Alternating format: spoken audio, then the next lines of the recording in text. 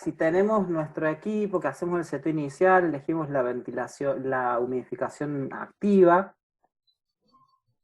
elegimos nuestro modo, ¿sí? Esta parte ya la habíamos visto, vamos a elegir modo presión control, vamos a arrancar con 10.5, por ejemplo. Tenemos una relación, acá, por ejemplo, queda una relación 1:4, eso habría que ver si nuestro paciente necesita o no necesita una relación 1:4, ¿no? Eso lo podemos modificar. Si tenemos un paciente bronquiolar de 6 meses, un tiempo inspiratorio de 0,6 a 0,65 en el primer año de vida es un tiempo inspiratorio suficiente. Y la relación IE en ese caso la vamos a regular con la frecuencia respiratoria. Probablemente nuestro paciente lo que necesite es expirar, entonces lo vamos a regular en más o en menos modificando la frecuencia. Eso había quedado más o menos comprendido, ¿verdad? De la clase anterior, de cuando lo vimos. Bueno, Sí. vamos a arrancar, por ejemplo, con este setting, con una FIO de 50, una sensibilidad que a mí me gusta siempre dejarla en 2, no pasarme en lo posible, y arrancamos a ventilar. ¿Sí? Arrancamos a ventilar y empezamos a ver las curvas. Y vemos que este paciente, bueno, a grosso modo podemos decir que lo estamos ventilando sin fugas, no hay autociclado, vemos que no hay atrapamiento aéreo. Ahora vamos a ver dónde nos fijamos en eso. Digamos, dónde nos fijamos eso en el ventilador. Esta que es la curva de presión. Estas son las curvas simples, presión-tiempo, volumen-tiempo y flujo-tiempo. Entonces, si estoy en modo presión control, aquí solo veo una representación gráfica del modo. Pero si de pronto veo que me aumentaron las presiones, tengo que estar atento. ¿Qué pasó? Vamos a ver qué pasa en la curva de presión-tiempo cuando buscamos medir presión plató y autopip. Dijimos que para medir presión plató hay que hacer una pausa en inspiración, porque la presión de meseta es un fenómeno inspiratorio, en tanto que el autopip es un fenómeno expiratorio.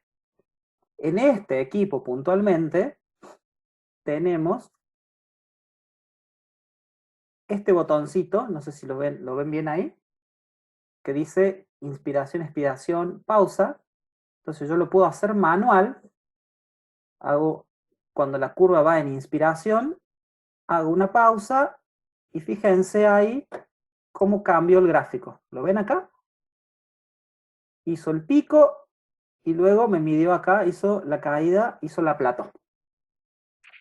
¿Sí? ¿Qué hice yo? Apreté 3-4 segundos el botón de pausa cuando iba haciendo la curva en inspiración.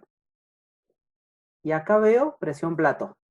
Para estas presiones, para una presión pico de 15 y una PIP de 5, tengo una PAU o presión media de la vía aérea de 7.5 y una plató de 9.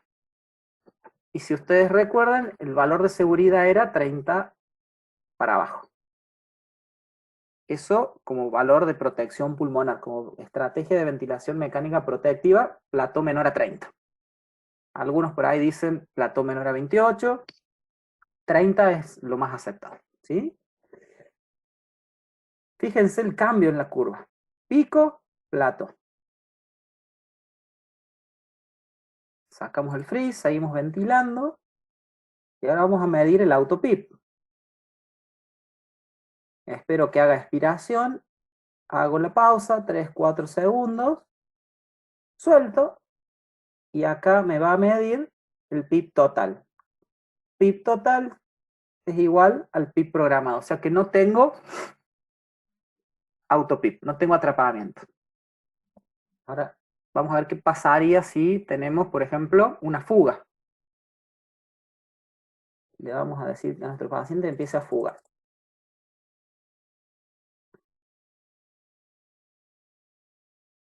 Acá tenemos una fuga tremenda. ¿Qué pasó? Bueno, el ventilador empieza a autociclar, porque la fuga es tan importante que hace turbulencia. Entonces, este paciente es inventilable. Este paciente, con ese nivel de fuga, merece que sí, que cambiemos el tubo endotraqueal como primera medida, ¿no es cierto? Bueno, vamos a bajar un poquito el nivel de fuga. Vamos a poner una fuga chiquita, vamos a ver un poquito más porque se nota poco, pero si se ven ahí, ya me empezó a marcar la fuga.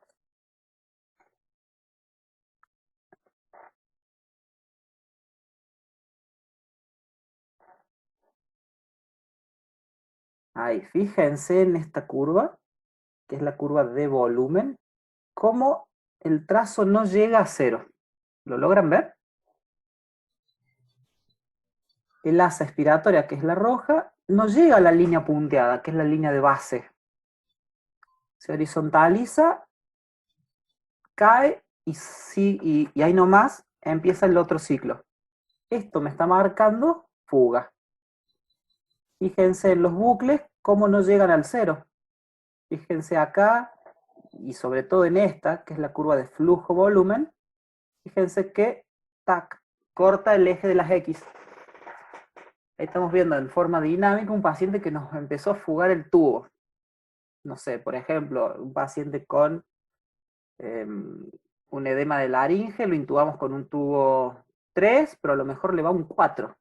Empezó a mejorar, le pusimos corticoides y a las 48 horas nos pasa esto, tenemos fuga. El paciente empezó a mejorar su condición clínica.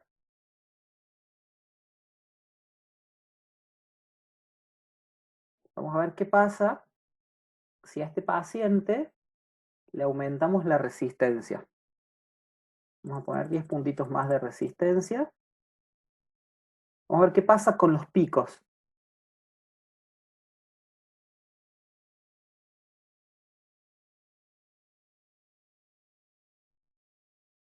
¿Notan alguna diferencia? Poco. Vamos a darle un poco más de resistencia. Ya empiezan a sonar las alarmas. Ingresa poco volumen. Ingresa menos volumen. Acá vemos que al aumentar la resistencia, con los valores de presión programada, no estamos logrando nuestro objetivo de volumen tidal. Dijimos que si ventilamos por presión, nuestra variable de control es la presión y nuestra variable dependiente es el volumen. O sea que tenemos que estar atentos al volumen tidal, que me lo está marcando acá arriba, de 100 bajo 82. Y si ustedes se fijan, la curva en la curva de flujo, tiempo, el asa expiratoria cambió. No es tan pronunciada hacia abajo, es más chiquito la muesca hacia abajo. Y en los bucles, la bisectriz que separa las dos asas se achicó. Entonces me está marcando el aumento en la resistencia. Vamos a volverlo ahora a 20, que era la resistencia que tenía inicialmente. Vamos a sacar la fuga. Y fíjense cómo, fíjense acá, la curva, el asa expiratoria es mucho más chiquitita, no hay le cuesta mucho a este paciente expirar, no tiene flujo expiratorio, y acá, sin obstrucción al flujo aéreo, fíjense cómo hay un cambio gráfico. Yo no sé qué le pasó al paciente, broncoespasmo, sacó del tubo, yo lo que veo ahí es que tiene dificultad para expirar. Después tengo que ir a buscar la causa, ¿sí? Pero yo ya voy teniendo un monitoreo gráfico a través de las curvas. No estamos haciendo nada complejo de otro mundo, simplemente estamos interpretando cualitativamente las curvas, ¿sí? Y esto, como decía Carol, esto es ver curvas, y estar y ver, ir al libro, del libro, ir, o de la clase, ir al ventilador, ¿sí? Cada vez que tengo oportunidad de estar con un equipo de ventilación mecánica, bueno, ver ver, ¿qué tiene el paciente? ¿Qué situación fisiopatológica tiene el paciente? ¿Qué esperaría yo encontrar? ¿Y qué estoy encontrando? ¿Sí? ¿Qué más podemos ver? Supongamos que nos disminuye la compliance.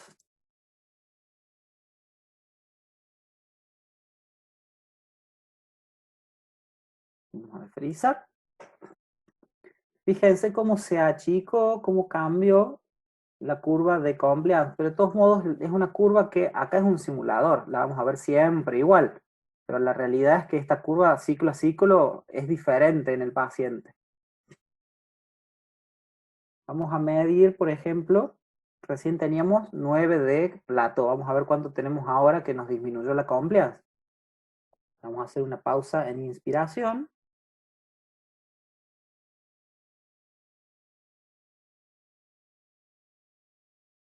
Ahí.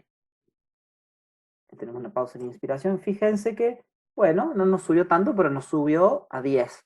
Hubo una caída de la compliance y repercutió en la presión plato.